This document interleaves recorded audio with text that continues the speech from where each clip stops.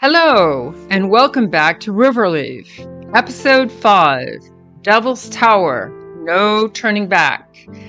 In Episode 4, I moved to Wyoming, faced difficult family realities, and experienced a terrifying near-midair collision that reminded me just how precious life truly is.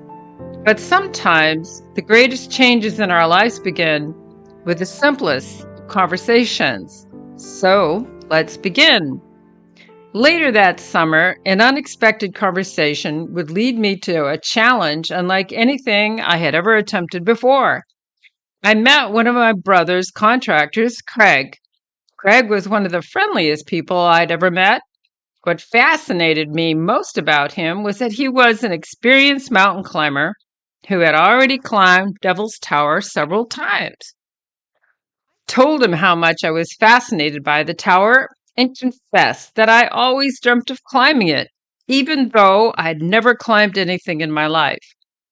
He smiled and said, "Well, if you get yourself into shape, I'll take you to the top."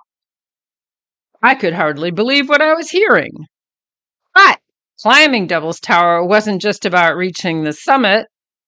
I also wanted to prove something to myself, and perhaps also to the people I knew in town.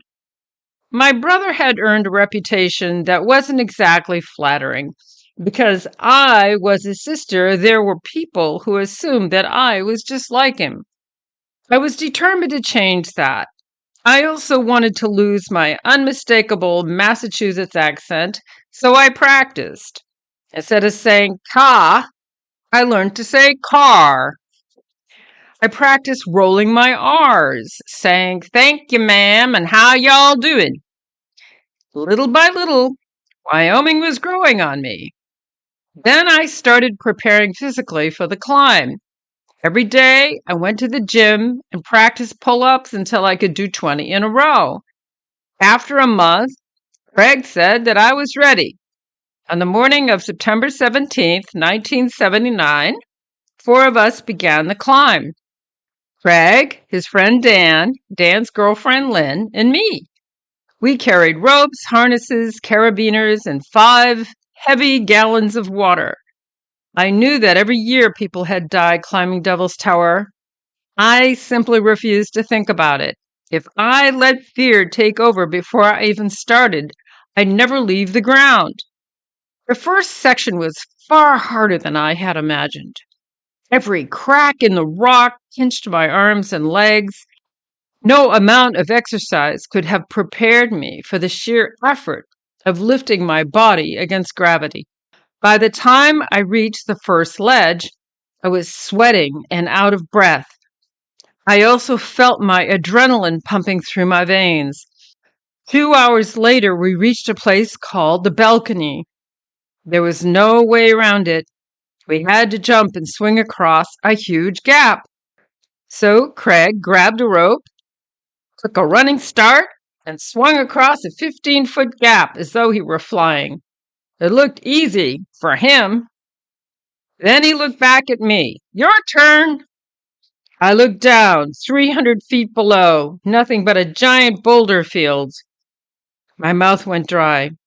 "Craig, I can't do this." He laughed. "Ha! Sure you can. If you miss, Dan will pull you back and you'll try again."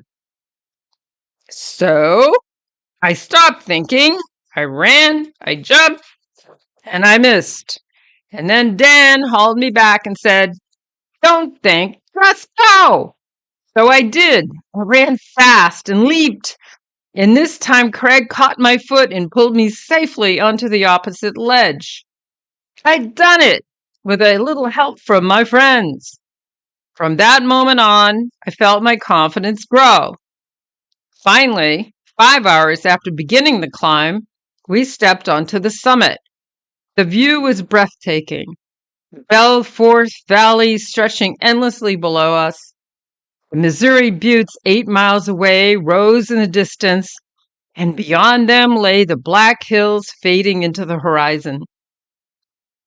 For several glorious minutes, we celebrated. We signed the summit register, took photos, and simply stood there admiring the view, satisfied with our accomplishment. Then Craig looked at his watch. It was nearly 5 p.m. And then I remembered we still had to go down. Going up had been difficult, but going down was terrifying.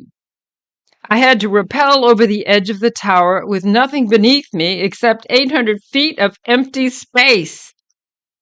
Every instinct told me, "Don't do this." But I had to trust the rope and my friends, and I kept repeating one phrase, "Mind over matter, mind over matter." The descent became even more difficult when one of our ropes became hopelessly stuck high above us. Craig had to climb back up to free it, and by the time he returned, darkness had fallen. For the next 3 hours, we rappelled down through the darkness. It was so black that I couldn't even see the next ledge below. I could only hear Craig's voice guiding me through the darkness. I remember talking to God, making promises, most of which I never kept. Finally, at 10:30 that night, my boots touched the earth. Never had solid ground felt so wonderful. As we drove away from Devil's Tower that night, I realized I gained far more than the satisfaction of reaching the summit. Somewhere during the long climb, my fear had quietly given way to confidence. Now I truly believed I could overcome challenges that once seemed impossible. Devil's Tower hadn't simply tested my strength, it had changed the way I felt about myself.